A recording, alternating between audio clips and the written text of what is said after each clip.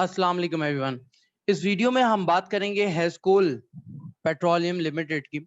हेस्कोल के फंडामेंटल्स को थोड़ा सा देखेंगे इस शॉर्ट वीडियो के अंदर, जितना मैक्सिमम हो सका तो कवर करने की कोशिश करेंगे डिफरेंट एस्पेक्ट से। सो हेस्कोल की अगर रीसेंट परफॉर्मेंस के बारे में बात की जाए तो उन नंबर्स के ऊपर, कुछ फंडामेंटल नंबर्स के ऊपर जो है नजर डालते हैं। तो सबसे पहले जो मोस्ट इंपॉर्टेंट चीज है वो है हेस्कोल की प्राइस।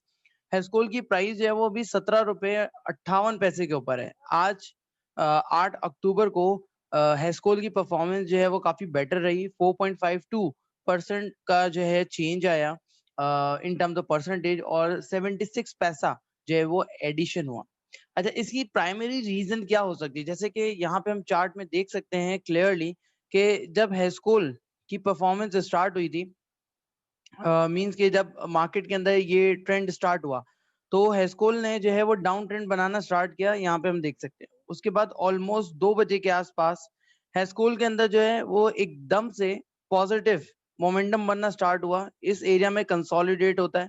कंसोलिडेशन के बाद एकदम से एक स्टीप इंक्लाइंड आता है। ये स्टीप इंक्लाइंड आने की रीजन क्या हो सकती है? ये सबसे इम्पोर्टेंट चीज है कि स्टीप इंक्लाइन जो आया है उसकी मेन रीजन जो है क्या है।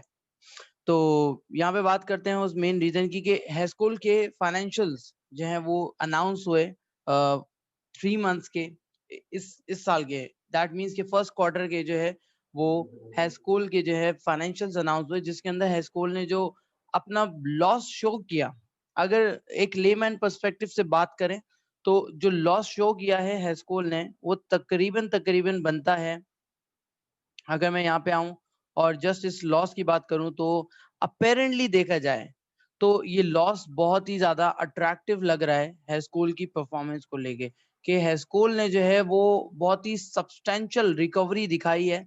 अगर हम इस एरिया के अंदर देखें तो आप यहाँ पे देख सकते हैं कि हेस्कोल ने बहुत ही सब्सटेंशियल रिकवरी दिखाई है अपने लॉस को मैनेज करने में, कि 28.37 रुपीस का जो लॉस था उसका नेट बेसिस पे वो आ गया तकरीबन 6.59 पर शेयर बेसिस के ऊपर। जिसने हेस्कोल के जो इन्वेस्टर्स हैं, जो कि ले मैन हैं, जिन्हें सिर्फ बॉटम लाइन दिखती है कि मार्केट के अंदर जैसे ही रिजल्ट आता है तो सबसे पहले जो आई कैचिंग नंबर होता है that's EPS of any company. कोई भी जो है वो फंडामेंटल्स की डिटेल में या फिर फाइनेंशियल्स की डिटेल्स में नहीं जाता है। सबसे पहले ईपीएस को रिपोर्ट किया जाता है कि कंपनी ने जो है वो आज इतना लॉस किया या इतना प्रॉफिट किया कंपेयर टू प्रीसीडिंग क्वार्टर और प्रीसीडिंग ईयर। तो इस तरह से रिपोर्ट किया जाता है। तो उस रिपोर्टिंग की बेसिस के ऊपर हमने देखा कि हेस्कोल के अंदर एकदम से जो है वो प्राइस मूवमेंट हुआ और वो प्राइस एक्शन काफी फेवर में रहा हेस्कोल के, कि हेस्कोल ने काफी ज्यादा अच्छा जो है परफॉर्म कर दिया। अब पॉइंट याद है क्या ये जस्टिफाइबल रिजल्ट है या नहीं है? इसके फंडामेंटल्स को थोड़ा सा गो थ्रू करते हैं। तो अगर फंडामेंटल्स की जब नजर डाली जाए तो सबसे पहले जो आती है कंपनी की वो आती है टॉप लाइन। अगर कंपनी अपनी टॉप लाइन को मैनेज कर सकती है, उसमें ग्रोथ नजर आ रही है, तो इसका मतलब ये होता है कि कंपनी कमा रही है, कंपनी एटलीस्ट सेल्स कर रही है। तो अगर हम यहाँ पे देखें हेस्कोल की टॉप लाइन के ऊपर बात करें कि जो सेल्स नेट है हेस्कोल की, वो अपेरेंटली हमें इस क्वार्टर के अंदर जो है वो गिरती हुई नजर आ रही है। तकरीबन 40 पे जो है सेल्स नेट रिकॉर्ड की गई है, और कंपेयर टू प्रीसीडिंग जो है ईयर। तो अगर हम इसका चेंज निकालें तो तकरीबन ये बन जाता है चेंज 31% के आसपास। 30.53% डिक्लाइन हमने इसकी सेल्स नेट के अंदर देखा। ठीक है, उसके बाद जो इम्पोर्टेंट चीज है वो ये कि सेल्स टैक्स को लेस करने के बाद नेट नेट सेल्स जो बनती है इसकी वो भी 34.6 बिलियन के आसपास है, जबकि 49.6 बिलियन लास्ट टाइम थी। उसके बाद अदर रेवेन्यूज को भी ऐड कर दो तो अदर रेवेन्यूज जो है इसकी थोड़ी जो है डिफरेंट प्रोडक्ट्स सेल करते हैं उसकी रेवेन्यू को भी ऐड करने के बाद 409 मिलियन की जो है वो सेल्स हुई है कंपेयर टू, इसमें थोड़ा अपसाइड देखने को मिला। फिर आते हैं नेट रेवेन्यू, तो नेट रेवेन्यू भी डिक्लाइन साइड पे गई है।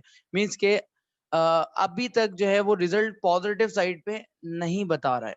अच्छा जी, कॉस्ट ऑफ प्रोडक्ट सोल्ड में आते हैं। तो कॉस्ट ऑफ प्रोडक्ट सोल्ड जो है yes in line with the decline in the sales, cost of product sold भी डिक्लाइन हुई है। और अगर इसकी डिक्लाइन की परसेंटेज निकाली जाए तो इट्स अराउंड 49185, तो तकरीबन 26% का डिक्लाइन है।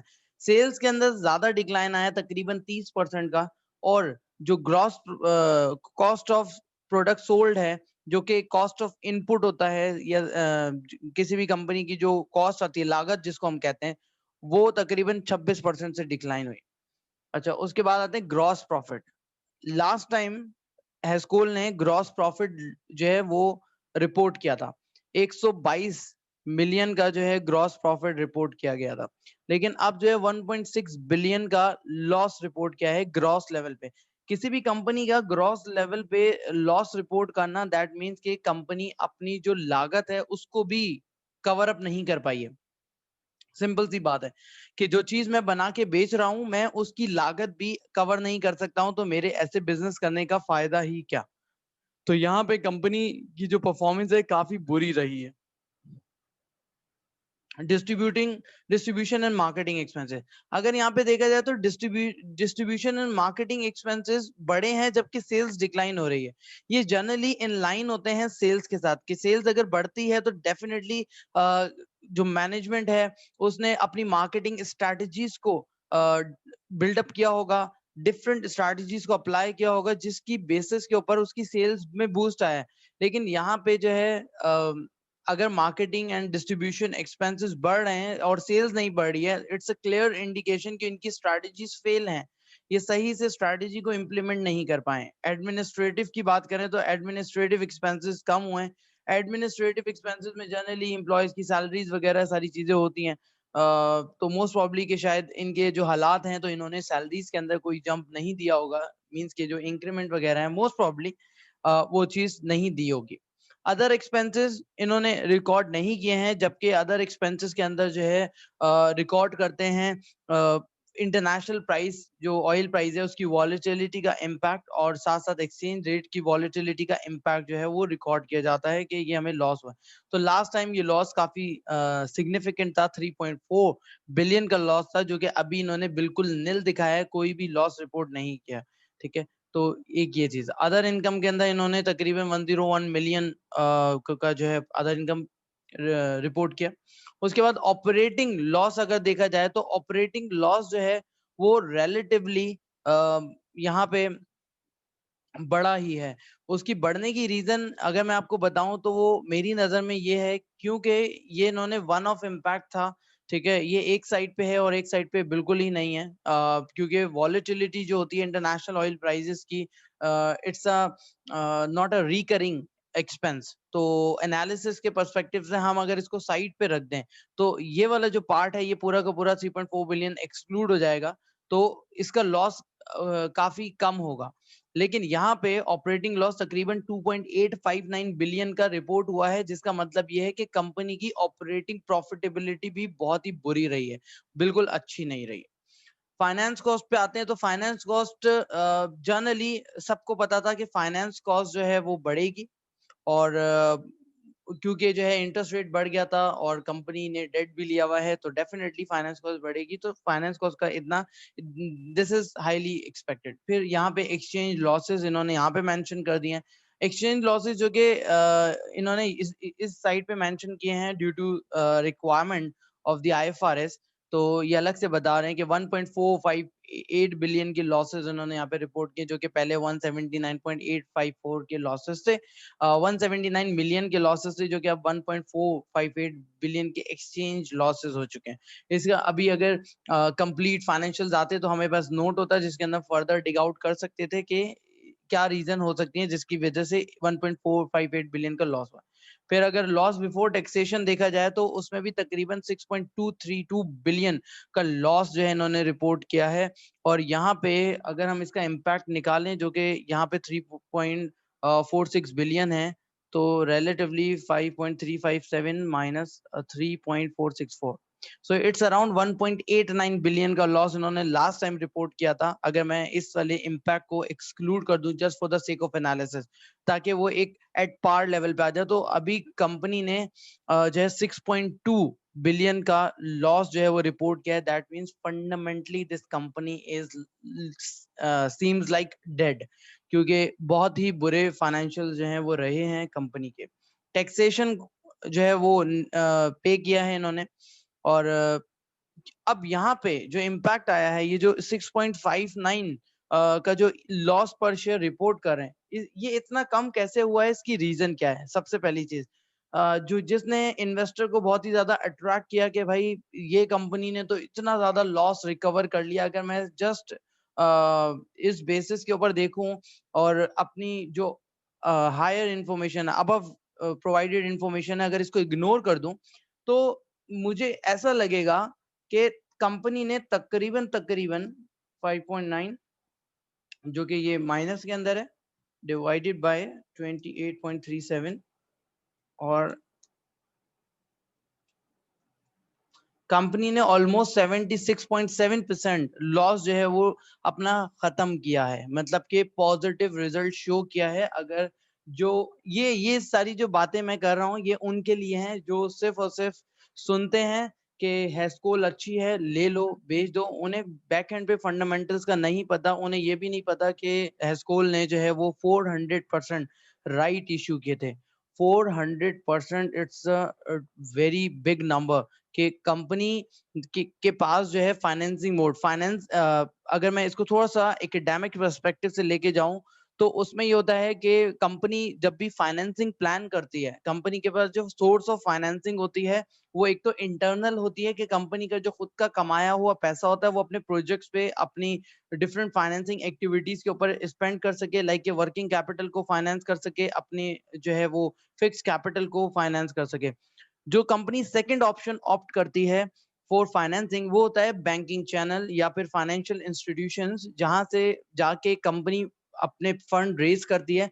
क्योंकि जब कंपनी डेट लेती है, इंटरेस्ट बेयरिंग लोन्स लेती है बैंक से, फाइनेंशियल इंस्टीट्यूशन से, तो उसके ऊपर कंपनी को टैक्स का बेनिफिट मिलता है। तो कंपनी की जो सेकंड प्रायोरिटी होती है वो होती है कि कंपनी फाइनेंशियल इंस्टीट्यूशन से जाके डेट ले, और जो कंपनी जो फंड रेज करती है थ्रू एडिशनल शेयर्स और इक्विटीज के थ्रू या राइट इशू के थ्रू, उसके अंदर वो कंपनी का लास्ट जो है लेवल होता है जहां पे कंपनी के पास एक तो इंटरनल जनरेटेड फंड्स नहीं होते, दूसरी चीज ये कि फाइनेंशियल इंस्टीट्यूशंस ने जनरली मना कर दिया होता है ड्यू टू हायर रिस्क कि हम इससे ज्यादा पैसा नहीं लगा सकते हैं इस बिजनेस में।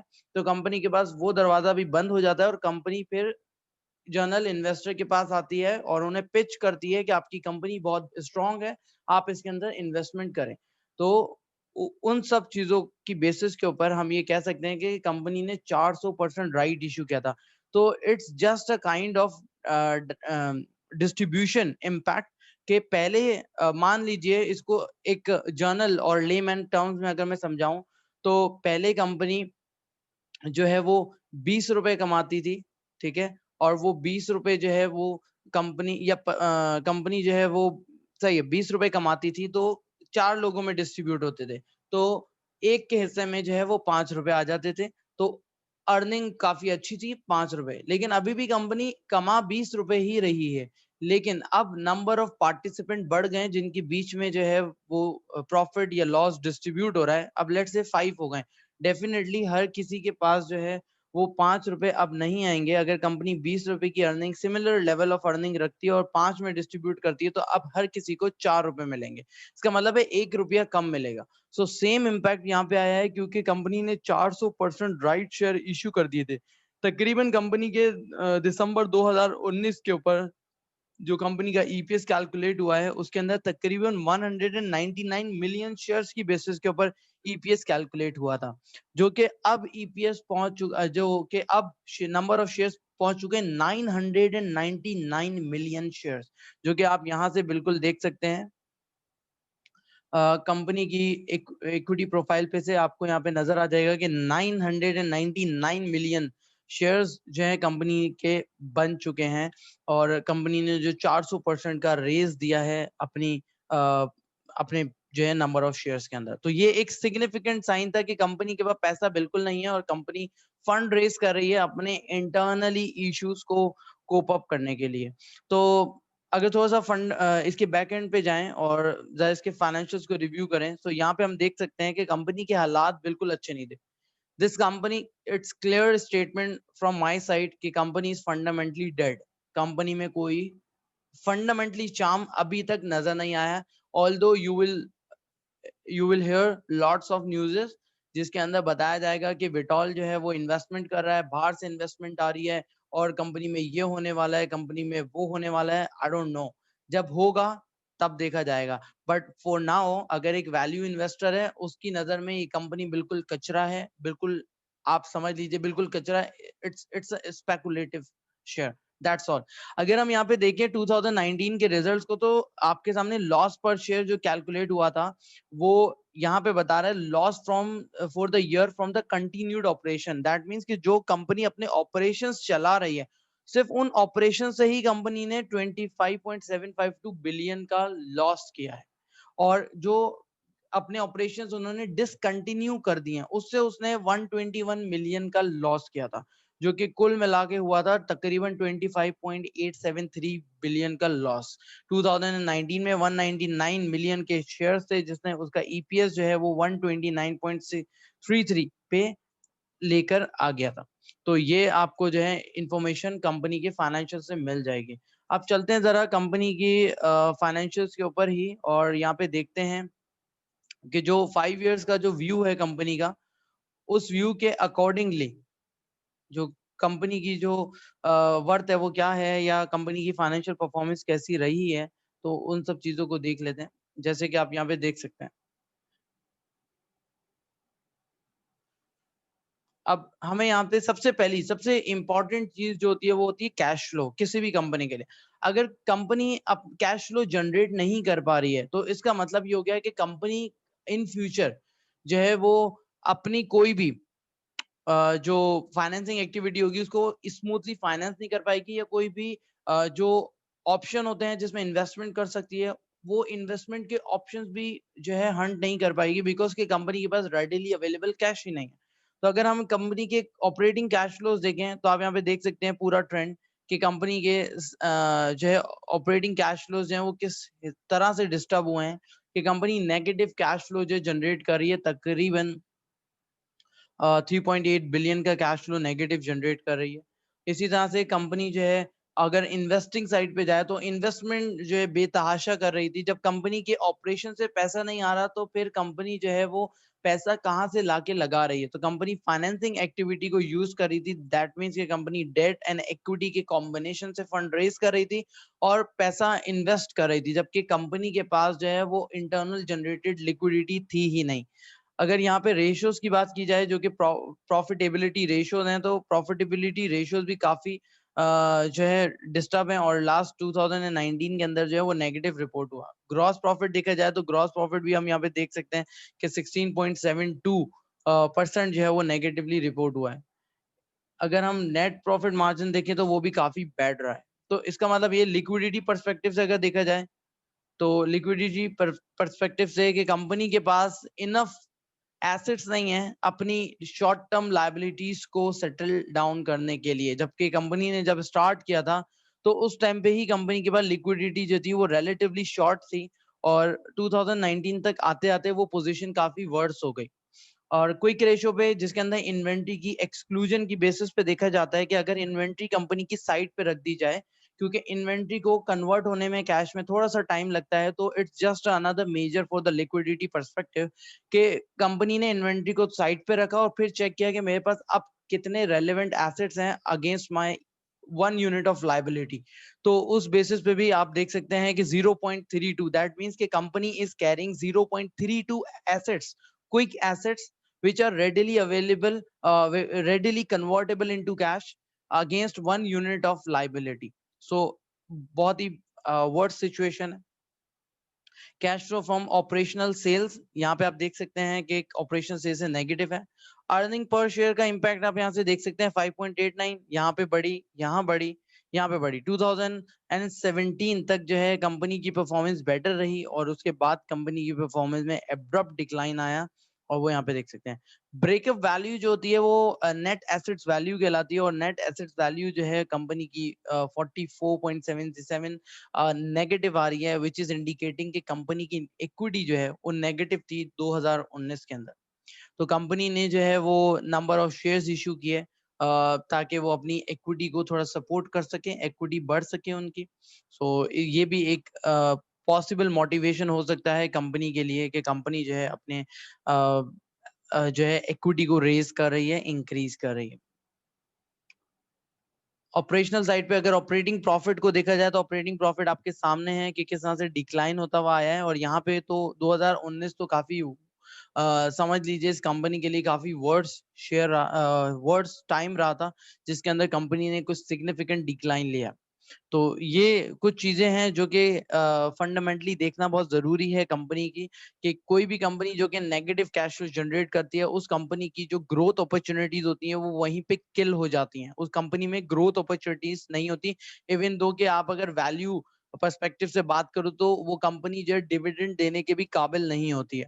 जैसे कि अगर हम यहाँ पे कंपनी का पे आउट देखें तो कंपनी ने यहाँ पे बोनस दिया है, ठीक है, 2018 के अंदर ईयरली, और थर्ड क्वार्टर में भी बोनस दिया है। डिविडेंड जो दिया था वो दिया था दिसंबर 2017 के अंदर 35% डिविडेंड दिया था। उससे पहले कंपनी जो है वो डिविडेंड देती रही थी जब उसके कैश फ्लोज स्टेबल थे, लेकिन 2017 के बाद से उसके कैश फ्लोज जो हैं वो काफी वर्स होना स्टार्ट हुए। तो उसके बाद से कंपनी ने डिविडेंड देना बंद किया, बल्कि बोनस शेयर देके इन्वेस्टर को अट्रैक्ट करती रही। एक चीज जो कि कॉमन सी बात है, हमारे यहाँ पे लोगों को ये भी नहीं पता है कि बोनस शेयर से जो शेयर होल्डर होता है उसकी वेल्थ पे at a point in time, जिस टाइम पे बोनस अलॉट किया जाता है उस टाइम पे कोई फर्क नहीं पड़ता है। यस, के बाद में अगर प्राइस अप्रिशिएट कर जाए तो उस टाइम पे आपको कुछ जो है प्राइस का गेन मिल जाता है। अदरवाइज आपकी जो शेयर होल्डर की जो वेल्थ होती है उस पर कोई इम्पैक्ट नहीं होता है जब भी कंपनी जो है वो बोनस शेयर इशू करती है या फिर स्टॉक डिविडेंड देती है, तो इस तरह की चीजें।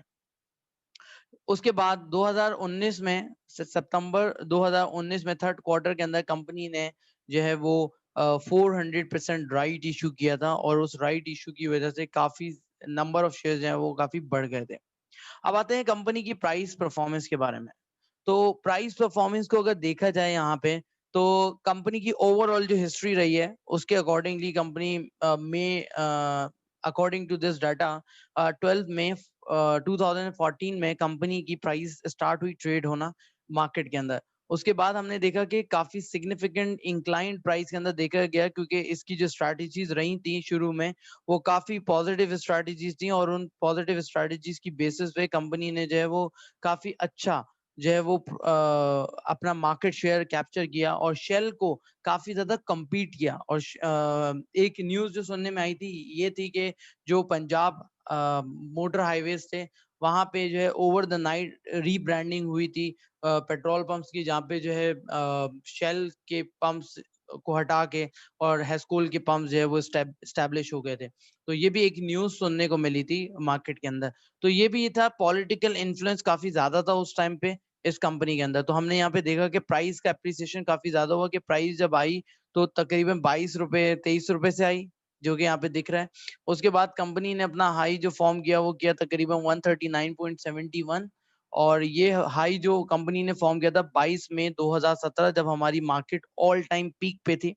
और उसके बाद से लेके अब तक मार्केट के अंदर डिक्लाइनिंग फेज ही देखा गया है। ये वीकली बेसिस का चार्ट है, तो आप यहाँ पे क्लियर कट देख सकते हैं कि कंपनी के अंदर जो है वो बिल्कुल भी पोटेंशियल नहीं रही थी और कंपनी डिक्लाइन हुई थी। एक टाइम था जब कंपनी इस लेवल पे थी और अर्निंग कंपनी की इतनी खास नहीं थी, तो कंपनी बहुत ही ज्यादा हाई पी मल्टीपल पे चल रही थी, जहां पे कंपनी की जो प्राइस थी वो जस्टिफाइबल नहीं थी। और अगर अभी भी देखा जाए तो कंपनी की प्राइस जस्टिफाइबल नहीं है। बात यहाँ पे आती है कि अब इस कंपनी में मैं इतना कुछ मैंने बताया है तो इस हिसाब से तो कंपनी की वैल्यू जीरो होनी चाहिए। ऐसा बिल्कुल नहीं है कि कंपनी की वैल्यू जीरो होती है। कंपनी की वैल्यू मार्केट डिटरमिनेंट्स की बेसिस पे रहती है, या फिर potential buyer and potential seller decide करते हैं। सो इस स्टॉक के अंदर जो है वो अब या तो स्पेकुलेशन होगी या फिर इसकी कोई सिग्निफिकेंट न्यूज आए जो कि इसके फंडामेंटल के लिए गेम चेंजर हो, तब जाके इस कंपनी के अंदर जो है एक फंडामेंटली जान पड़ेगी। अदरवाइज ये कंपनी जो ट्रेड होगी भले से 50 रुपए पे चली जाए, भले से ये 100 रुपए पे चली जाए, लेकिन ये फंडामेंटली डेड ही रहेगी, ये फंडामेंटली स्ट्रांग नहीं रहेगी। तो इसके अंदर स्पेकुलेशन होना स्टार्ट होगी। जैसे कि हमने यहाँ पे देखा जो वीकली कैंडल यहाँ पे बनी है, weekly candle almost hammer formation हुई है डाउन ट्रेंड के ऊपर। तो टेक्निकली अगर बात करूं तो yes, there are more likely chances to go up. अगर हम यहाँ पे बात करें तो ये एक वीकली चैनल बन रहा है, या आप कह लें कि सपोर्ट लाइन है। अगर शेयर इससे ऊपर रहता है, मींस के 13 और 12 रुपीज से ऊपर पे रहता है, तो बिल्कुल इसके अंदर ट्रेड की जा सकती है, कोई इश्यू नहीं है। आप इसके अंदर ट्रेड लें, इसको होल्ड करें, लॉन्ग टर्म होल्ड कर सकते हैं। यहाँ पे अगर हम देखें तो ट्राइंगल बन रहा है, ठीक है, इस तरह से।